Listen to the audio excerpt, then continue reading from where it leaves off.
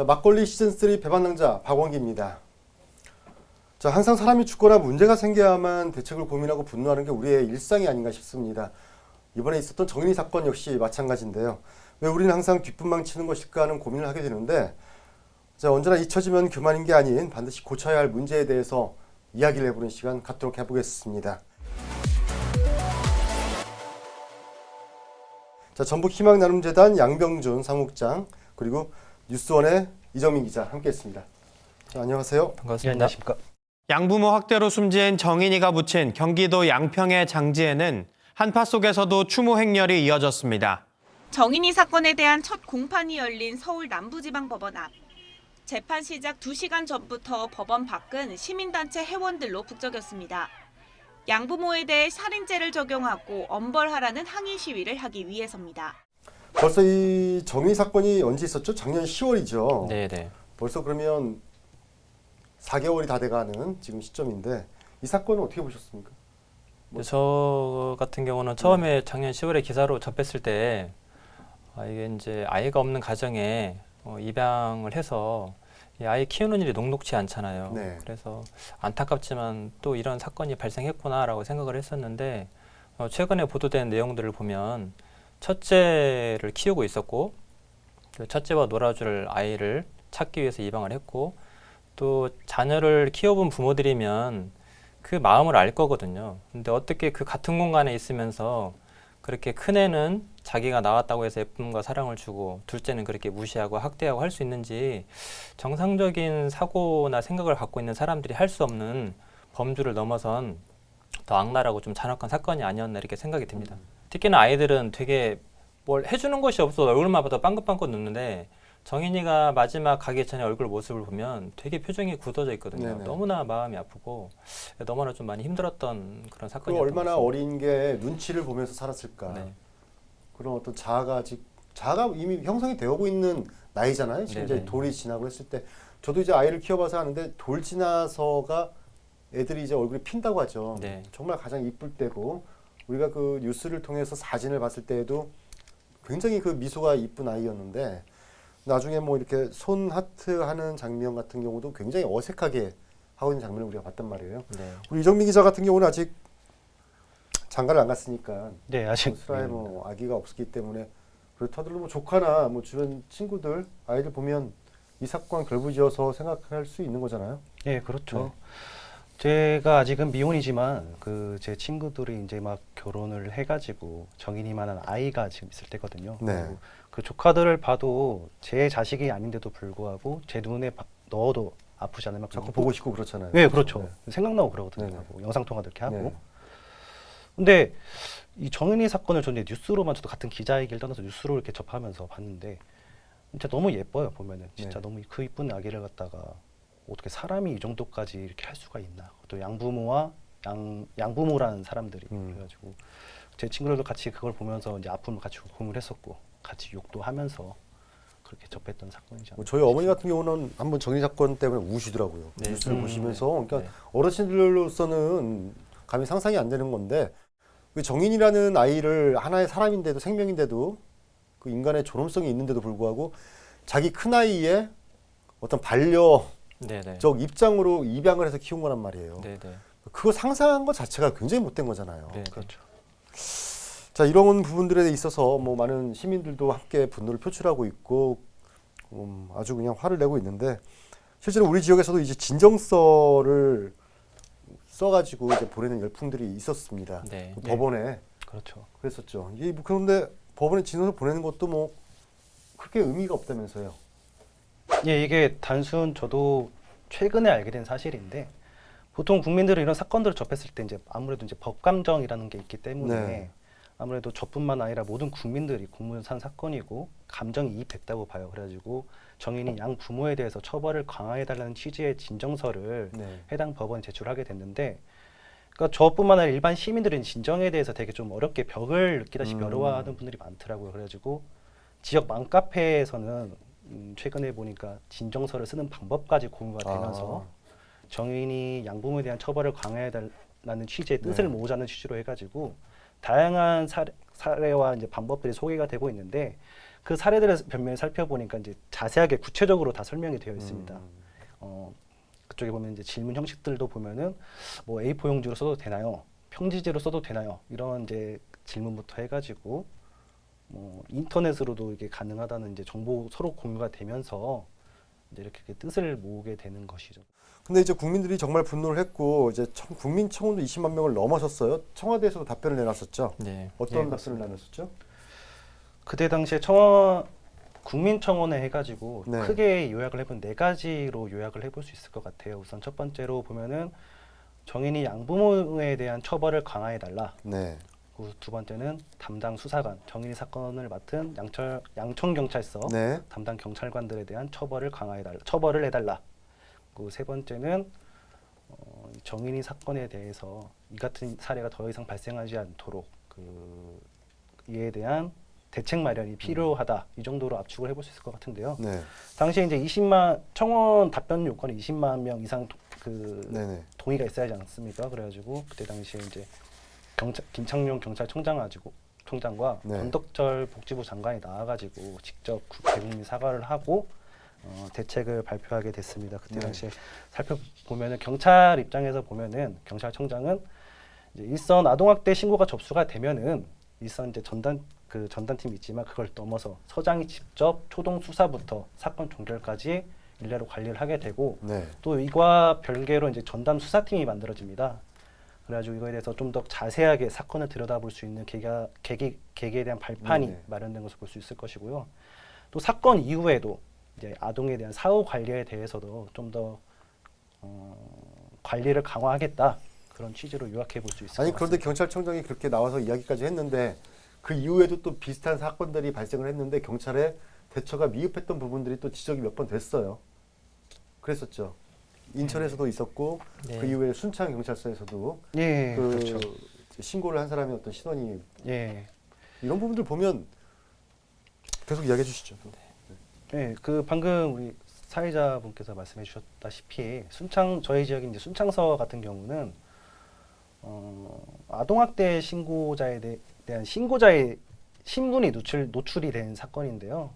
근데 그때 당시에 이거는 뒤늦게 밝혀진 사실이지만 그때 당시 신고 사례를 보면은 아이 엄마가 병원에 다친 아이를 병원에 가가지고 의료진이 이거 어쩌다 다쳤어요 물어봤더니 아이 엄마의 답변이 애 아빠가 아이를 잡고 던졌다 이거였어요. 그건 이제 약간 해프닝성으로 그렇죠. 지나간 나중에는 거였는데 이걸 알고 봤더니 이제 와이프 그 아내분께서 일본인이다 보니까 네. 한국어가 서툴러 가지고 네. 아이가 밀쳐서 넘어졌다라는 표현을 아버지가 자꾸 던졌다라고 이게 와전이 되면서 경찰이 그렇게 됐었고 그래서 이제 그 건과는 이제 별개로 경찰청장이 나서서 그렇게까지 이야기를 했는데도 불구하고 일단 신원이 노출됐다라는 것 그렇죠. 그것만으로도 경찰로서는 이런 부분이 자신의, 있는 것 같아요. 그러니까 아동학대 관련 법이 아동보호 전문가들도 한 10년 이상 활동한 변호사들도 되게 어렵다고 하거든요. 그래서 케이스 바이 케이스로 그때마다 관련 조항이나 법률을 살펴봐야 되는데 만약에 지금처럼 청장이나 보건복지부 장관이 그렇게 하겠다고 발표했으나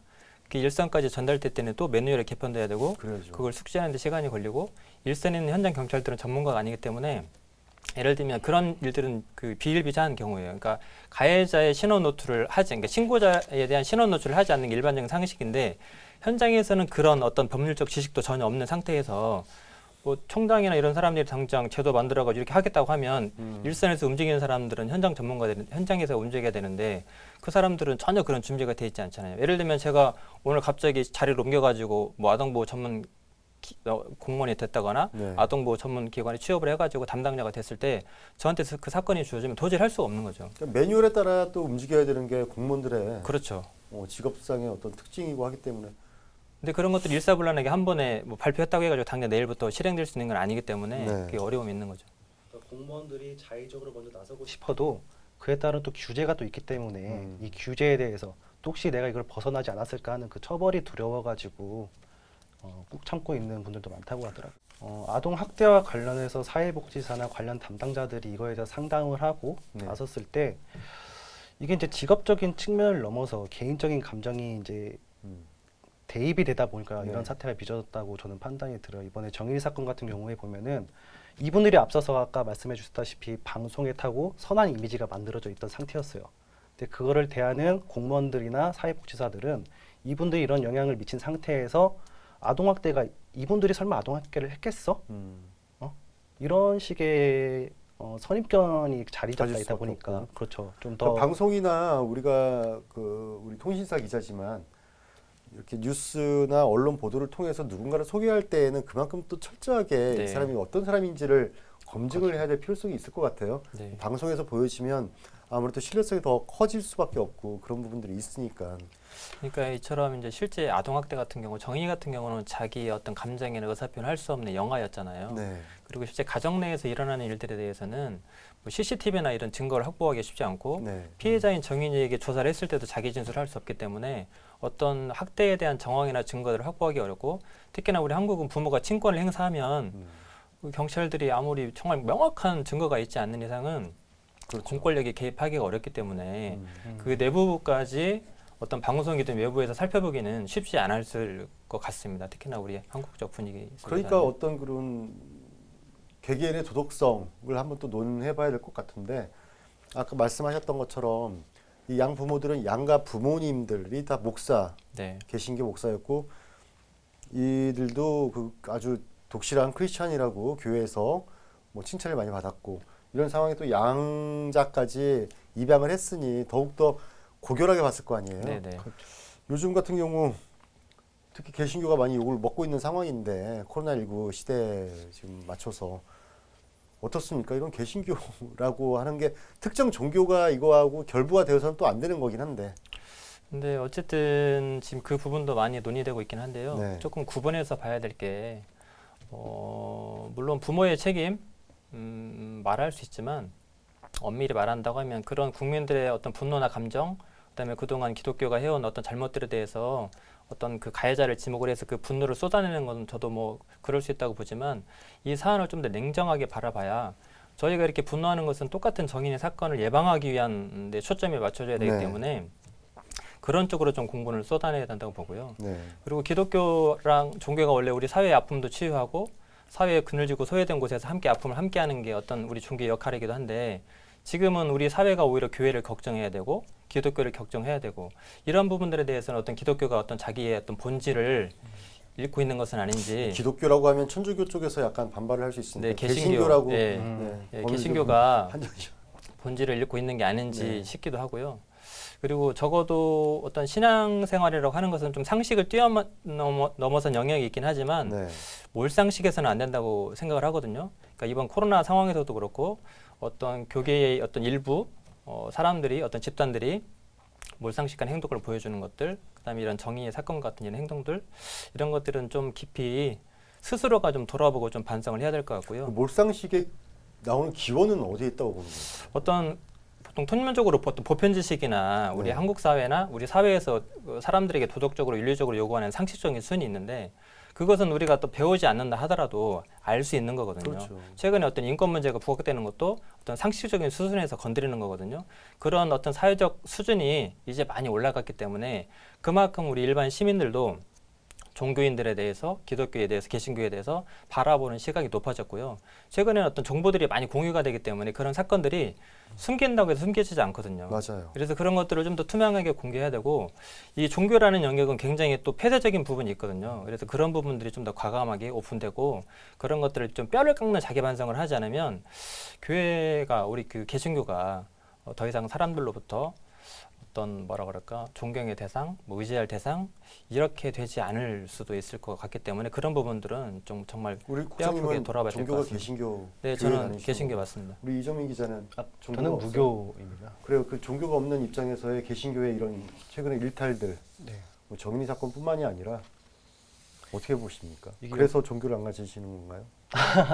그런 건 아니고요. 네. 이게 여론이라는 게 보면은 저는 이제 개신교에 대한 어떠한 이제 개인적인 감정이나 그런 건 없지만은 최근에 발생한 일련의 사건들을 보면은 그루밍 성범죄라든지 네. 정인이 사태도 마찬가지고, 유독 개신교에 대해서 이제 이게 부각이 되는 측면이 있어요. 그래가지고 이거에 대한 이제 기독교 연합회라든지 네. 에서 우리 자성의 목소리가 좀 필요하다, 네. 이런 식의 이런 입장도 좀 필요할 것 같고요. 이런 현재까지 씌워진 이미지에 대해서 네. 이런 자성이 좀 필요할 것 많이 같다고. 필요하죠.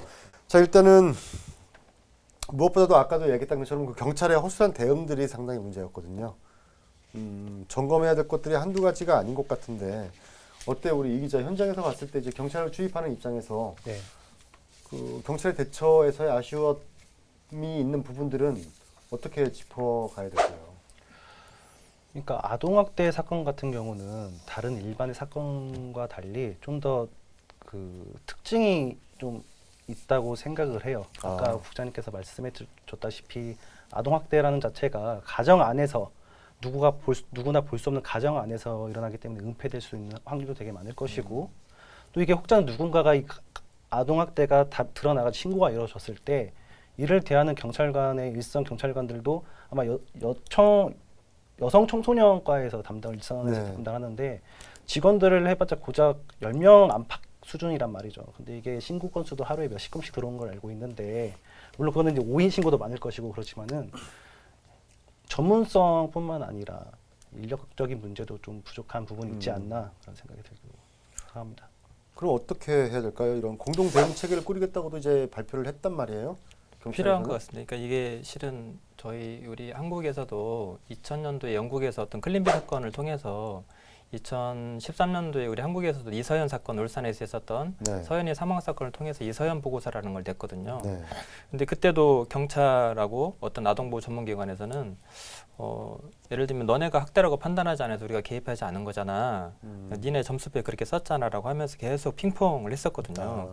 그리고 우리 얼마 전에도 원영의 사건, 네. 안매장했던 그런 사건들, 네네. 그래서 이런 사건들이 계속 발생되고 있고요. 또 하나 충격적인 거는 그 보건복지부에서 발표한 아동 학대 사망자 수가 2014년도에도 14명, 2015년도에도 16명, 2016년에 36명. 꾸준히 증가를 하는. 네, 그렇게 계속 있기 때문에 우리가 지금 정인이 사건만 보고 있긴 하지만 우리 전북 지역에서도 실은 경찰 통계를 보면 아동학대가 굉장히 많습니다. 이게 정말 충격적인 일인데요. 그래서 이제 그 아까 이정민 기자님도 말씀하셨지만 아동학대는 실제 부모가 친권 행사를 하면서 수사에 협조하지 않거나 이러면 그런 정황이나 증거를 확보하기가 매우 어렵고요. 그래서 좀 아동보호 전문기관이나 최근에 어떤 그 아동보호 전담 공무원들을 배치를 해서 그 세 개 기관이 협력해서 수사를 하겠다고 했는데 이게 말이 어떤 협조 공조인 것이지 자칫 잘못하면 책임 떠넘기기, 책임 회피로 갈 가능성이 많고 그렇죠. 현재 시스템도 그렇게 작동되고 있거든요. 지금 그래서 저 갑자기 생각났는데 우리 전북 지역에서도 2년 전에 그 봉동에 고준희 사건. 그 준이 사건이 네네, 있었죠. 네네. 예, 최근에 구청에서도 또 사건. 고창에도 있었고 그래요. 그런 사건들이 항상 언론을 탔을 때 그때 당시에만 분노하고 네. 또 잊혀졌단 말이에요. 저도 지금 갑자기 생각이 난 건데. 그러니까 이게 기억하실지 모르겠지만 저희 네. 2017년도에 괌에서 네. 우리 한국 그 변호사 판사 부부가 아이를 그 마트 주차장에 1시간 정도 방치해놓고 맞아요. 그런 장보기 사건이 했다가 있었어요. 네네. 긴급 체포된 사건이 있었거든요. 네. 그러니까 초동 수사라고 하는 건 모든 어떤 사건에 다 중요한 과정이긴 하지만 특히나 아동학대 같은 경우는 우리 이번에도 정인이도 두 번째 신고가 들어갈 때는 그 차에 방치돼 있었던 것들을 일반 주민이 신고를 했었잖아요. 그럴 때 어떤 미국이 항상 뭐 어떤 모델이나 잘한다는 게 아니라 특히나 아동학대와 같은 자기 의견 진술을 개진하지 못하는 그런 사안들에 대해서는 그렇게 좀 적극적으로 좀 경찰이 개입할 수 있게 좀 상황을 만들면 좀 더 달라지지 않을까 그런 생각도 좀 해보게 됩니다. 그렇죠. 한편으로는 국장님께서도 또 말씀해 주셨지만은 공무원들은 약간 좀 수동적인 면이 없지 않아 네. 있거든요. 근데 먼저 이렇게 좀 적극적으로 나서고 싶어도 앞으로의 일이 걱정이 된다는 거죠. 내가 이거를 좀 더 이게 또 오히려 이제 그 부모 측에서 이거 너무 과잉 진압한 거 아니냐. 네네. 우리 왜 그걸 또 범죄자로 문제가 보냐. 되면 이런 또 민원에 또 시달릴 가능성이 그렇죠. 너무나 크기 때문에 그게 이제 인사고과 등에 반영될지는 모르겠지만 하여튼 일선 경찰서들이 특히 아동학대 사건에 더 이렇게 민감한 이유가 이런 여러 가지 이유가 좀 복합적으로 이루어질 게 아닌가 하는 생각이.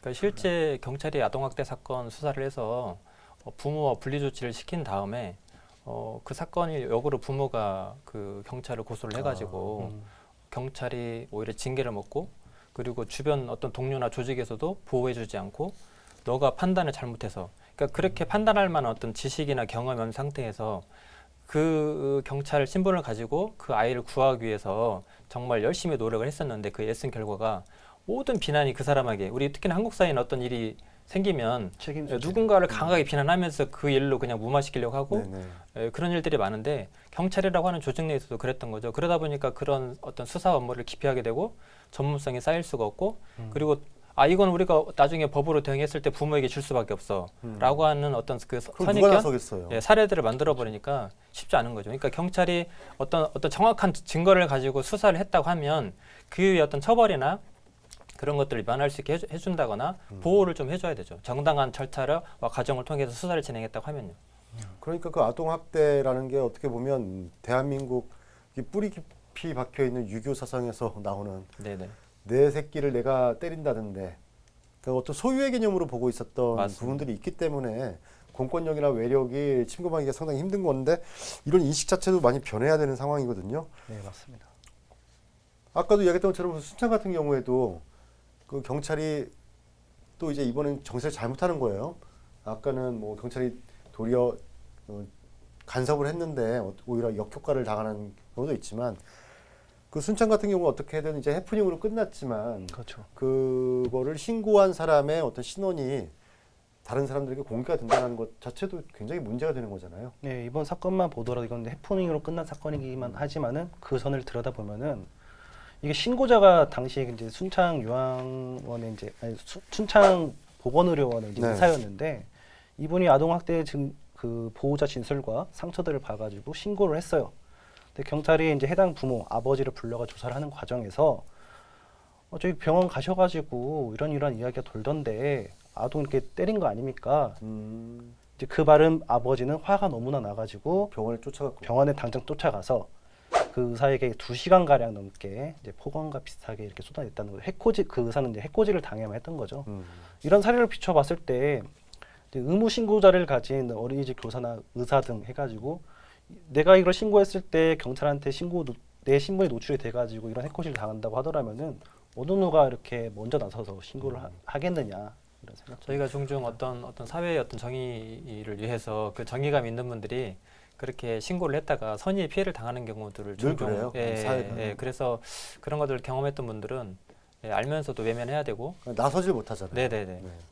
되게 그런 건 좀 문제가 있고 좀 개선이 돼야 된다고 생각을 합니다. 그 의무의 신고자라고 하는 부분들은 아까 어린이집 교사, 또 뭐 유치원 선생, 소아과 의사, 그다음에 소아과 의사 이런 분들 같은 경우는 아이의 학대 정황이 있을 시에는 반드시 신고를 해야 된다. 신고를 하지 않으면 500만 원 이하의 과태료를 물게 돼 있네요. 네. 왜냐하면 이게 이제 실은 의사 표현을 하지 못하는 아이의 어떤 상황이나 상태를 살펴서 이게 공권력이 개입할 수 있도록 판단하는 것 자체가 되게 전문적인 영역이거든요. 그렇죠. 그러니까 실제 1차 사건 때도 경찰이 개입을 하지 못했던 거 이유를 들어보면 어디 뼈가 좀 부러져야 우리가 그걸 보고 판단할 수가 있는데 외부적으로는 뭐 어떤 타박상 같은 것밖에 없기 때문에 그런 것만 가지고 우리가 공권력에 개입해서 학대라고 판단하고 분리 조치하기는 어려웠다고 이렇게 얘기를 하거든요.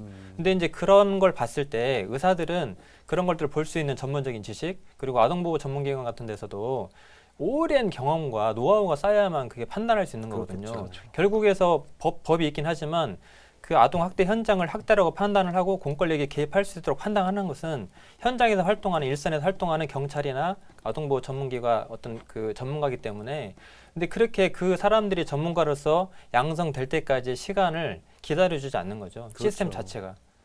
그 아이들의 어떤 행동 패턴을 보면서 그 아이가 가지고 있는 어떤 심리적인 네네. 그 정황을 파악할 수 있는 게 말씀하셨던 것처럼 오랜 시간 그 현장에 계셨던 분들인 건데 네네. 이런 분들에 대한 어떤 배려 또 보호 차원에 관련된 어떤 입법이나 그런 규칙들 같은 것도 반드시 만들어져야 된다라고 생각이 드네요. 매번 사건이 있을 때마다 법이 근데 이제 실제 뒤따라가죠, 이번 사건에서도 주요하게 보실 게 우리가 정인이가 법이 미비해서 그 죽음을 방지하지 못했던 건 아니거든요. 맞아요. 현재 법과 시스템 속에서도 정인이의 죽음을 예방할 수 있었는데 그 법과 시스템이 현장에서 제대로 작동하지 못하게 만들었던 그래서 지금 막 국회에서 졸속으로 막 법을 개정하면 서로 만들었다고들 이제 정인이처럼 어떤 그런 사건을 그런 것들 예방할 수 있는 법이 만들어지는 것처럼 국민들에게는 포장을 하지만 전혀 그런 게 아니거든요. 그러니까 현재의 법으로도 막을 수 있었지만 이 정치인들도 문제인 것 같아요. 어떤 그리고 자기 전문 정치인은 항상 문제. 예, 항상 문제이고요. 그리고 적어도 이런 문제에 있어서는 그러니까 아까 영국 그 클린비 사건 말씀드렸는데 네. 거기는 2년 동안 국가가 나서 가지고 그 클린비라고 하는 사건이 발생하게 된 경위를 철저히 분석을 했거든요. 그러니까 거기도 입양된 아이가 맞아가지고 갈비뼈가 부러져서 폐를 찔러서 사망하게 된 사건인데 그 사건을 2년 동안을 분석을 했습니다. 왜 이런 문제가 생겨났는지 그리고 그거를 좀 이렇게 국회에서 더 검토를 해가지고 4년 정도 후에 입법을 하고 최근 2018년도에 한 14년 만에 아동 관련된 법들을 개정을 했어요. 그러니까 오랜 기간 동안 사회적으로 토론하고 합의하고 그러니까 전문가가 아니면 할 수 없는 거거든요. 근데 아니 우리는 근데 또 그렇게 오랜 시간 하면 네, 우리나라 국민 정서상 네. 쟤네들은 일 안 하고 뭐 하냐고 또 이야기할 수 있죠. 근데 이제 우리 국민들도 조금씩 기다려야 될 줄 알아야 될 것 같고 왜냐하면 졸속으로 조급하게 지금 어떻게 보면 저희도 2000년 그 전부터도 아동학대 사건이 계속 있었지만 늘 똑같은 쳇바퀴거든요. 맞아요. 그러니까 지금도 제가 이걸 보면서도 드는 생각은 좀 무력감, 정인에 대한 미해함, 또 우울감 이게 이런 사건이 일어나지 않기를 바랄 뿐이죠. 이런 사건이 또 발생한다고 했을 때 우리가 대응하거나 막아낼 방법이 없고 또 하나 지금 뭐 이렇게 아동학대 신고가 2회 오면 뭐 분리조치 한다고 하는데 네. 그렇게 기계적인 발상으로 되는 게 아니거든요. 그러니까 한 번만으로도 사망 사건이 발생하는 경우도 있었고 그리고 우리가 아동학대는 보통 이게 신고가 되면 1회이긴 하지만 그 이전에 이미 진행됐던 상황들이 터지는 경우가 많거든요. 그렇죠. 그러니까 그게 절대 처음이 아니고 처음이 아니죠. 처음에는 이렇게 눈치를 보다가 그게 이제 반복이 되다 보면 자기도 모르게 음. 뭐 사람들이 있는 곳이라든가 누군가로 하여금 이렇게 드러나게끔 하게 되는 무의식적으로 그런 행동이 이어지게 되는데 그래서 그런 부분에 있어서 그런 것들을 좀 면밀하게 살펴봐야 되고 지금 우리 국민들이 분노하는 이런 감정들도 저는 충분히 이해는 하지만 이 분노의 감정을 어디에 쏟아야 되는 건지 실은 아동복지 전문가들도 얘기하더라고요. 그러니까 지금 국회를 향해서 정치인들을 향해서 이런 것들을 실질적으로 법안을 만들어내고 어떤 방안을 설계할 수 있는 쪽으로 분노를 쏟아내서 이런 것들이 뭐 지금 법을 만들었다고 해서 잠잠해지면 안 되고요. 사건이 해결된 게 아니기 때문에 지속적으로 관심을 갖고 이렇게 살펴봐야 될 것 같아요. 이번 사건과 관련해서는 경찰, 주변 이웃, 또 소아과 선생님, 뭐 이 정인이를 둘러쌌던 여러 분들의 어떤 무관심이 이렇게까지 이 지경까지 만들었다고 볼 수 있는 건데 일단은 그 입양 기관에서도 부실한 관리가 있었잖아요. 네네. 입양 관리 이제 우리나라의 뭐 대표적인 입양 기관이라고 하면 홀트 아동복지. 네, 아동복지인데 어떻습니까? 그때 홀트 아동복지에 대해서 이제 지금 이제 결과론적인 이야기지만 네. 이제 그 홀트 아동복지라는 단체에서 정인이 양부모에게 입양을 하기 전에 그 양부모에 대한 검증이 제대로 이루어지지 않았다. 근데 검증을 어떻게 해야 되지? 어떻게 해야 되나? 쉽지 않을 것 같습니다. 왜냐하면 이게 이제 어떤 제도와 시스템이 분명히 한계가 있고요. 그리고 어떤 서류상으로 할 수밖에 없기 때문에 그 그래요. 사람의 내면이나 삶까지 들여다볼 수 없기 때문에 최대한 그래서 어떤 전문가가 필요한 것 같아요. 그러니까 일단은 검증을 못했다. 그리고 네. 이제 그걸 하는 그러니까 지적을 제가 받고 있고. 거기에 대해서 이제 절차가 어떤 식으로 이루어지는지는 네. 모르겠지만 홀트 아동복지에서는 나름 그 부모도 만나보고 직접 상담도 해보고 네.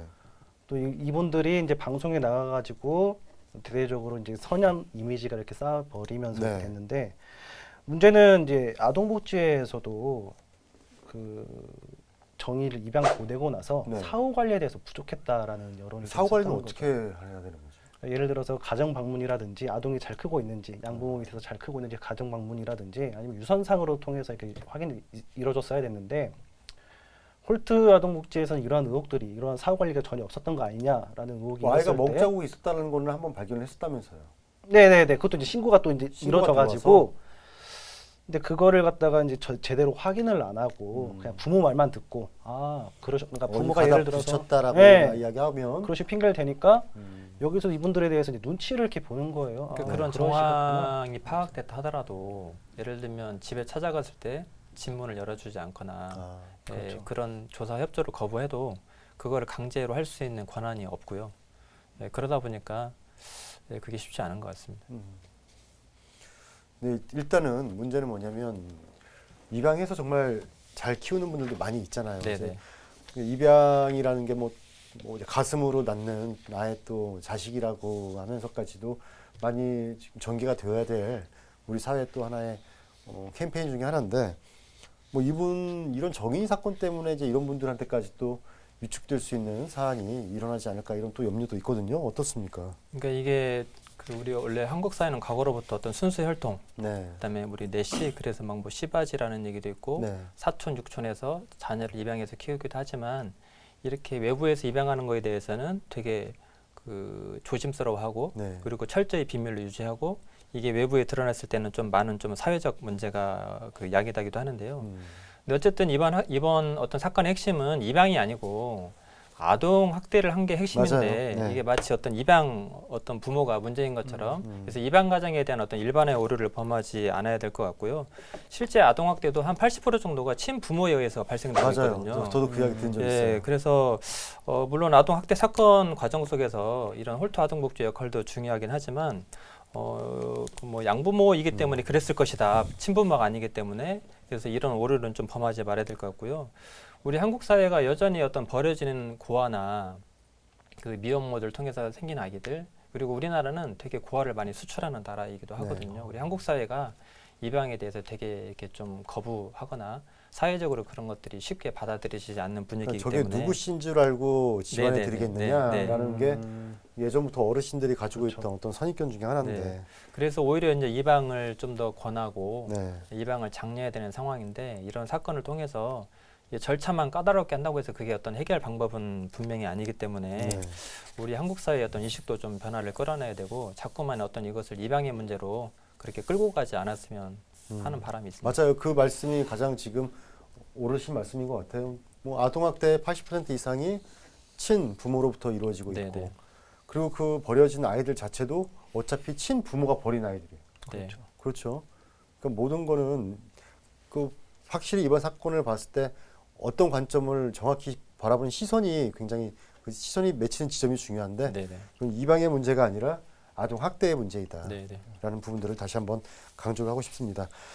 자, 그런데 이제 우리가 생각을 했을 때 이 아동 학대 예산이 법무부로부터 또 기금으로 조성이 된다고 이야기를 해요. 그래서 네네. 예산 자체가 턱없이 부족하기도 하고 쓰임에 있어서 들쭉날쭉한 것들이 있는데 이런 예산 구조다 보니까 또 현장에 계시는 분들 같은 경우에도 뭐 일을 시작하셨다가 금방 그만두는 경우가 많다고 이야기를 하더라고요. 네, 이게 뭐 실제 뭐 예산의 문제, 어떤 전문 인력의 문제, 전문가를 양성하기 위해서는 엄청난 시간과 예산이 필요한 게 사실이거든요. 그러니까 실제 아까 그 영국 사건 말씀드렸는데 네. 영국 같은 경우는 국가가 나서서 예산 지원을 해가지고 전문가들이 풀타임으로 그 보고서를 만드는데 2년 정도를 할애했거든요. 근데 우리 그 서현의 사건 같은 경우는 어떤 그 자원에 의해서 민간에 의해서 자원에 의해서 자원봉사 성격으로 풀타임이 아니고 그렇게 2개월 동안 짧은 기간 동안 해서 보고서를 만들었는데 실은 거기에서 나온 내용들도 잘 지켜지지 못하고 있는 상황이고요. 그리고 이게 그 아무튼 그래서 이런 여러 이유로 아까 말씀드렸던 어떤 무력감, 뭐 우울감, 또 다른 정인이가 생길 것 같은 불안한 어떤 그런 또 생각들 이런 것들을 지울 수가 없는 그런 현실이 좀 더 가슴 얼마 아픈 전에 것 같습니다. 전라북도에서 발표한 그 올해 네. 어떤 시책을 보았더니 각 지자체에 한 명씩 전담 공무원을 두겠다. 네. 그래서 지자체 14명의 공무원을 두겠다라고 하는데 그 숫자 가지고는 굉장히 또 부족하잖아요. 그것도 부족하고요. 요즘 뭐 실제 아이들을 덜 낳아서 뭐 그런 가정이 많이 없어졌다라고는 하겠지만 저희 지금 어떻게 보면 그 정부에서 뭐 1인당 공무원 한 명당 60명인가요? 아동을 돌보게끔 하게 되어 있는데 네. 지금 그 인력도 그 인력도 부족한 예, 그 상황입니다. 인력도 제대로 충원이 안 될 것 같은 상황이고요. 그래서 우리 지자체의 어떤 현실, 우리 어떤 조건 마인드 이런 것들을 좀 엿들어 볼 수 있는 대목인 것 같고요. 그러니까 우리 전라북도 아동보호 전문기관이 뭐 전주, 군산, 남원, 익산 4곳에 있네요. 네네. 그리고 전국 아동보호 전문기관이 68곳, 네. 상담원은 960명. 정말 적습니다. 사람이 일단은 예산이 없으니까 사람을 고용할 수가 없는 거고 악순환이 계속 되풀이되는 것 같은데 그러니까 정부가 연간 아동학대 신고 건수 50건당 전담 공무원 1명을 배치하라고 되어 있는데요. 네, 2019년도 아동학대 신고 건수가 41,389건인데 네, 모든 전담 공무원 664명을 배치한다 하더라도 한 명당 62건을 맞는 건이기 그래도. 때문에 그 업무량도 대단한 거거든요. 그래서 현실하고 너무 맞지 않고 그리고 이제 또 하나 중요하게 좀 살펴봐야 될 게 있는데요. 우리 정인이가 만약에 분리 조치됐다 하더라도 네. 정인이가 갈 수 있는 어떤 쉼터 그 곳이 없구나. 이런 곳이 없기 때문에 자, 그러면 정부가 3월부터는 이제 즉각 분리 제도를 실시한다고 이야기를 했거든요. 어떻게 되는 건가요? 그렇게 대책을 내놓긴 했는데 네. 아까 말씀드린 대로 지금 예산도 턱없이 부족하고 네. 그리고 그게 제가 알기로 지금 한 1,000명 정도를 수용할 수 있는 시설이 전국에 있는 걸로 알고 있는데 연간 아동학대로 나오는 아이들이 뭐 10,000명, 20,000명 그리고 이외에 그렇게 많아요? 예, 10,000명 그렇게 이상 많고요. 오시는 거예요? 상시적으로 있는 아이들이 한 3,400명 정도 수용돼 있는데 그 아이들을 다 수용할 수 없기 때문에 이 아이들이 예를 들면 어떤 보육원이라든가 어떤 소년원들이 잠시 머무는 시설이라든가 이런 데 가게 되는데 그런 데서는 또 기피하거든요. 왜냐하면 애들을 보호해줘야 되고 상담해줘야 되고 치료해줘야 되고 이런 건데 그리고 실은 그 아이들도 여러 시설들을 이렇게 돌아다니는 게 되게 불안정한 안 거죠. 좋죠. 예, 왜냐하면 특히나 장애인들도 마찬가지이긴 하지만 정말 그 보호받아야 되는데 그 어떤 아이들을 물건 취급해서 어떤 우리 사회 구조적인 어떤 한계 때문에 자꾸만 시설을 옮겨가는 것도 그러니까 지금 그런 시설도 턱없이 부족한 상황에서 또 다른 정인이가 발생해서 만약에 사망 사건을 막는 거 너무나 중요하죠. 그렇다 하더라도 그 아이들을 보호하거나 품어낼 수 있는 곳이 없기 때문에 이게 결국엔 지금 결국엔 네. 돈이네요, 돈. 네네 말로만 떠드는 어떻게 보면 현실과 너무나 괴리가 있는 그런 대책들만 쏟아놓는 게 아닌가. 조금 전에 이제 뭐 시작했을 때에도 이야기가 나오긴 했는데 이런 어려움들을 담아가지고 이제 정치권이 관련 법안을 만들었어요. 네네. 굉장히 생색내기 법안, 그 정인이법 만들면서 서로 자기가 만들었다고 네네. 그렇죠. 그런 국회의원들의 행태들을 보면서 또 한번 우리가 울분을 토할 수밖에 없는데 그 최근에 아동학대 사건이 이번뿐만이 아니고 계속적으로 많았을 때 네. 그 아동학대를 저지른 부모나 또 그런 관련자에 대해서 처벌을 강화해야 된다는 그런 법안들이 국회 문턱을 넘지 못하고 계속 계류된 상태였다가 네. 최근에 이제 정인이 사건이 터지고 나서 그때 다시 이제 또 올라갔고. 누구라도 할 거 없이 먼저 나서서 내가 입법 추진하겠다 이런 식의 꼴을 보면서 국민들이 그걸 보면서 더 이제 공분을 더 일으키는 것이고 그리고 이제 아까 말씀드렸던 대로 이렇게 사망 사건이 대대적으로 보도됐던 건들이 그동안에도 꾸준히 있어왔기 때문에 실은 그때마다 법을 개정하겠다 어떤 재발 방지책을 만들어내겠다 이런 걸 이렇게 얘기를 했지만 어떻게 보면 원인 분석이 제대로 되지 않았기 때문에 그 당시 어떤 국민의 감정을 어떤 누르는 그래서 법을 개정을 하면 또 다른 정인이가 발생하지 않을 것처럼 하는 데만 급급했던 것 같고요. 그러니까 우리 아까 이 기자가 이야기했던 것처럼 지금 수년간 관련 법안들이 있었다라는 거 아니에요? 네네네. 있었는데 이게 이슈가 안 되는 법안들이니까 네, 서로 손을 놓고 있었다라는 것 아니겠습니까? 맞습니다. 네, 맞습니다. 아까 우리 국장님께서도 잘 설명해 주셨는데요. 네. 저도 공감하는 게 뭐냐면은 저희 우리나라에 네. 아동학대와 관련해서 이걸 미연에 막을 수 있는 제도적 장치나 법률은 충분하다고 저도 생각을 합니다. 네. 근데 그거를 대하는 우리 국민들뿐만 아니라 정치인들 또는 거기서 종사하는 관계자들이 이거에 대해서 업무에 대해서 전문적인 그 전문성이 없을 뿐더러 이걸 이제 말 그대로 일처럼 대하기 때문에 아마 좀 전문성이 좀 결여되는 거 아닐까. 그리고 이거와 관련해서 국민적으로 좀 아동 학대에 대해서 국민에 대한 그 전환 인식이 더 네. 필요한 시점이 아닌가 하는 그런 생각이 들게 됩니다. 자, 이게 그냥 관심이 반짝 이루어졌다가 마는 것 자체가 이제 언론의 역할도 언론의 그 행태도 있는데 어때요? 이 아동 학대와 관련해서 굉장히 특이한 경우도 많이 있다라고 현장에서 기사로 볼 수 있거든요. 어떤 일들이 다 있습니까? 저는 이제 이 그 언론 보도를 보면서 또 다른 얘기를 한번 하고 싶었던 게요. 네. 3개월 전에 언론에서 다룰 때 와 이번 어떤 그것이 알고 싶다의 차이점이 뭐냐면 네. 정인이의 이름을 공개하고 네. 정인이가 처음 입양됐을 때와 사망 직전의 어떤 얼굴 표정을 그대로 드러냄으로 인해서 네. 국민들이 더 실감나게 분노하고 이것이 정말 폭발적으로 어떤 네. 사회적 그 반향을 일으켰는데요. 그럼 그때 당시 언론들이 정인이의 이름이나 얼굴을 공개하지 않은 데는 나름대로 어떤 언론 윤리를 가지고 하지 않은 거거든요. 그러니까 이 이름과 공개를 안 한 거예요? 예. 그러니까 제가 알기로는 그것이 알고 싶다에서 유일하게 지금 이걸 공개한 사건이에요. 네. 공개를 한 게 맞다라는 건가요? 아니요. 저는 공개를 한 게 물론 이제 이 공개를 함으로 인해서 국민들이 여론이 폭발적으로 올라가지고 뭐 어쨌든 우리 사회의 어떤 큰 문제로 이슈를 시킨 거에 대해서는 감사하게 생각을 하지만 어떤 그런 언론들의 그렇게 어떤 피해자를 보호해주지 못하고 어떤 그 정인이를 좀 심하게 말하면 상업적으로 이용하지 않았나. 그러니까 그것이 알고 싶다가 한 5%대 시청률밖에 갖고 있지 않았는데 이번 사건으로 인해서 그것이 알고 싶다가 지금 후속 보도 2를 낼 정도로 네네. 그것도 좀 보면서도 마음이 불편했거든요. 그럼 어떻게 해야 될까요? 국민들의 어떤 우리 기자들이 항상 고민하는 게 그거잖아요. 말씀해주신 대로 기자들도 기사를 작성하기에 있어서 내 기사가 좀 더 관심을 받기 위해서는 사안마다 그 초점을 두는 그 포커스가 좀 다른 것 같아요. 네네. 일반 뭐 연쇄 살인 같은 경우는 그 가해자의 초점이 맞춰져 있더라면은 정인이 같은 이런 사회적 약자에 대해서는 약자에 아무래도 시선을 맞춰줘야 그거를 접하는 국민들도 좀 더 간접 이입이 되어서 법감도 그렇죠. 이렇게 높아지는 것이고 기자들도 그걸 알면서도 언론 윤리를 따져서 피해자를 보호해야 되는 측면도 있지만 피해자가 어떠한 피해를 당했는지에 대해서 알려야 되는 것도 국민들이 알아야 무엇이 잘못됐는지 정확한 전달이 필요하다는 판단에서 굉장히 쓰는 거 아닌가. 그 균형을 맞추기가 네. 현장에서는 힘들 수 있어요. 그런 하지만 지적은 정말 네네. 항상 곱씹어봐야 될. 그러니까 결국에는 좀 국민들이 성숙해야 된다고 보거든요. 네. 그러니까 이렇게 좀 자극적인 거에만 반응을 하고 만약에 정인이 얼굴이 블로우 처리됐다든지 그렇죠. 그렇게 했을 때는 국민들 이렇게 반응 많이 안 했을 네. 거란 말이에요. 그러니까 아까도 말씀드렸지만 정인이 이외에도 사망 사건이 굉장히 많거든요. 네. 근데 우리가 그런 사건에 분노하지 않잖아요. 네네. 그건 스스로 언론에 또 책임도 있긴 하지만 우리들 스스로도 좀 돌아봐야 되고 어떤 반짝했을 때 사회적 이슈가 있을 때만 분노하는 거 아니라 그런 것들을 좀 일상적으로 좀 관심을 갖고 살펴볼 수 있는 우리들의 좀 의식 수준도 좀 높아져야 되지 않나 이런 생각도 좀 해보게 됩니다. 맞아요.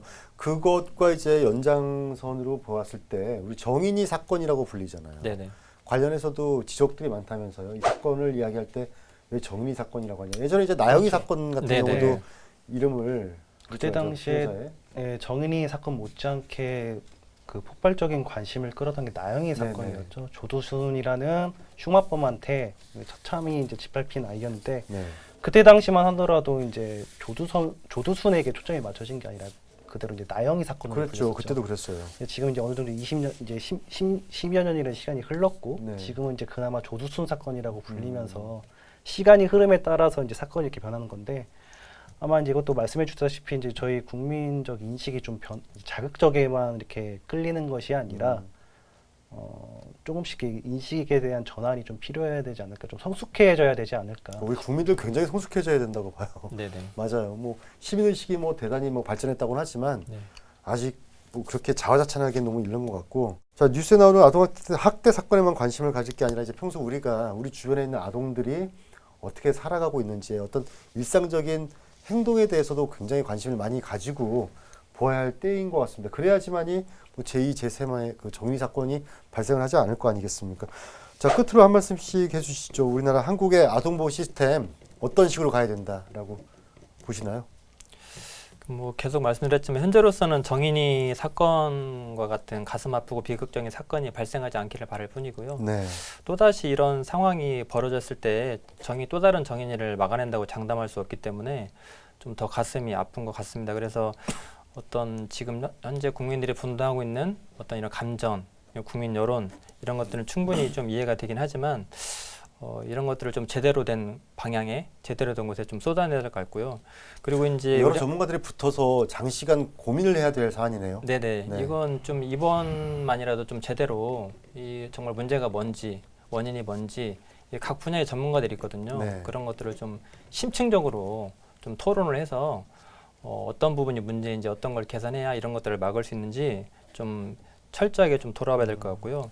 그리고 우리 지금 아이들 같은 경우는 사회와 소통할 수 있는 것들이 있거든요. 그러니까 예를 들면 아이가 자라는 과정에 영유아 검진이라든가 이런 것들은 필수적으로 받게 되어 있거든요. 네. 그래서 소아과 의사를 반드시 접해야 되고 병원을 찾아야 되는데 그런 과정들을 통해서 좀 더 아이들을 면밀히 살펴보게 한다거나 그래서 어떤 좀 사회 보호 시스템이 작동하게 만들어야 되는데 감시와 관심은 어떤 단어의 차이가 있긴 하지만 그 의미와 맥락이 매우 다른 것 같아요. 그래서 우리가 어떤 이웃이 감시자의 눈초리가 아니라 어떤 그 따뜻한 공동체를 함께 만들어가는 관심의 주체로서의 어떤 이웃으로서의 역할 그런 사회적 분위기를 좀 만들어가는 게 필요한 게 아닌가. 그리고 이제 아동학대 같은 경우는 특히 조기 발견이 되게 중요하거든요. 그렇죠. 그래서 그런 부분들 좀 이렇게 좀 적극적으로 소통하고 우리 가정이 좀 개방되게 할 수 있는 그런 좀 사회적 시스템이 좀 만들어지면 좋을 것 같습니다. 그래요. 우리 이 기자도 한 말씀 해주시죠. 예. 항상 어떤 사태가 터지고 나서 그에 발맞춰서 이제 입법이 계속해서 이제 법안들이 마련되는데 법안이 마련된다고 해서 이 문제가 해결되는 게 아니잖아요. 계속해서 이게 지금 반복이 되어가고 있고 그 법안은 따로 놔두고 개인의 이제 국민적인 인식의 전환이 또 필요할 것이고 다시 이제 정인이 사건 같은 경우도 이제 벌써 이제 유치원 교사나 이웃들의 관심으로 살릴 수 있는 기회가 여러 번 있었지만은 그거를 대하는 이제 담당자들이나 이제 이분들의 이제 전문성이 좀 결여되다 보니까 오히려 이제 지켜주지 못한 부분이 좀 많은 것 같습니다. 그래가지고 지금까지 만들어진 이런 제도적 장치들을 충분히 활용을 좀 더 해서 국민들에게 홍보할 건 더 홍보를 하고 교육을 더 이렇게 시켜가지고 다시 이런 일이 발생하지 않도록 이런 교육들이 좀 더 필요한 것 같습니다. 또 현장에서도 기자니까 뭐 이런 시그널들을 보게 되면 바로바로 기사화하고 제보할 수 있도록 해주시면 좋겠습니다. 자, 프로그램을 시작할 때 언급을 했던 시간이 지르면 우리가 잊는 것들이 있습니다. 그런데 이제 잊혀질 때마다 되새겨야 할 것들이 있죠. 바로 이런 사건들인데요. 우리 주변에는 큰 사건과 사고가 터지기 전에 미리 막을 수 있는 분명 여러 신호들이 있습니다. 이런 신호들을 우리가 바로 알아볼 수 있도록 감수성과 주의력을 갖고 사는 게 정말 무엇보다도 중요할 것 같습니다. 자, 막걸리 배반당자 오늘 시간 여기까지입니다. 시청해 주셔서 고맙습니다. 그대 생각 이 밤 따라 길어지네 하얀